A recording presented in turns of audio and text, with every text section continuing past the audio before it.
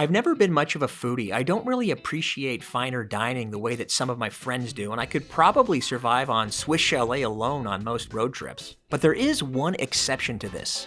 Every year in early to mid-May, right around the time that the birds are migrating through Windsor and Essex County, wild mushrooms called morels start popping up in local forests. They really blend into the forest floor, and some are no bigger than your thumb.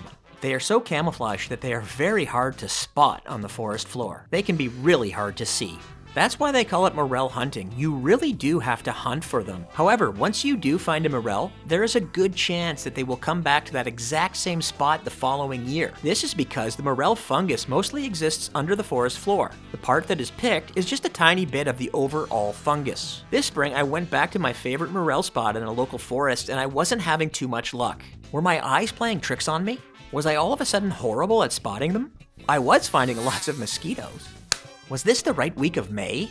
Did I miss them? Am I too early? So many factors go into looking for morels. But I didn't lose all confidence in my eyes. I found a few places where morels used to be. Look closely at this picture, you can see where the stems were cut. Did someone beat me to the spot and pick them already? Was it deer? There are more and more deer around in these woods, and I can't get mad at the deer. Technically, the morels are more theirs than they are mine. But I don't think the deer could get to all of them. I kept looking, and eventually I did stumble across some morels. These are morels. There's not that many things that look like them in the forest. Morels are a delicacy. They're only around for a couple weeks out of the year, and they can't be cultivated. They only grow in very specific conditions on the forest floor. It has something to do with the rich soil in the woods.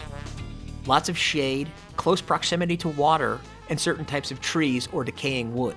I get the same kind of excitement finding morels that I do with spotting birds I've never seen before. It's like a sport. Morels can sell for $50 a pound and sometimes way more than that.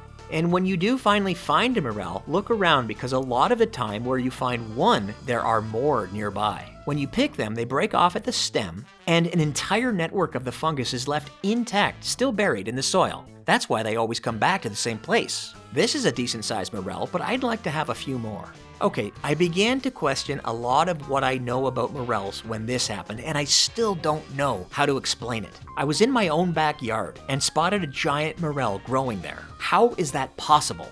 The only theory that I could come up with was that I had tossed a few stems back there over the years, and perhaps it was a fluke, or perhaps the conditions were appropriate, and I'll find out next spring if they come back. Okay, so I only found 6 morels this year, 5 out in the wild at the secret spot, and 1 in my own backyard. So not a good year, but it's still enough to have a nice tiny little appetizer before dinner with some wine. Okay, they're good to go. Time to fry them up, right? Not exactly. Now this is the most important step that you have to remember with morels. You must, I repeat, must remember to soak them overnight in water. Why soak them, you ask? Simple. With all of their small cracks and crevices, morels are home to lots and lots of insects. So you let them soak, and after a little while, all of the bugs will come out of the cracks and crevices and appear on the surface of the water. You may even want to soak them twice, because you don't want to eat any bugs. Potato bugs, centipedes, slugs, and many, many more. Okay, now that they're ready to fry, you can cover them in a light batter or just put them in plain. Add butter, and you are good to go. They will reduce in size quite a bit as they fry, turning into nice little bite-sized appetizers. The taste is remarkable. They're often described as earthy, woodsy, and nutty. The darker varieties can even have a mild smokiness to them. Subscribe to my YouTube channel for more recipes. Just kidding, I got nothing. I have nothing else, that's all I know. Add butter,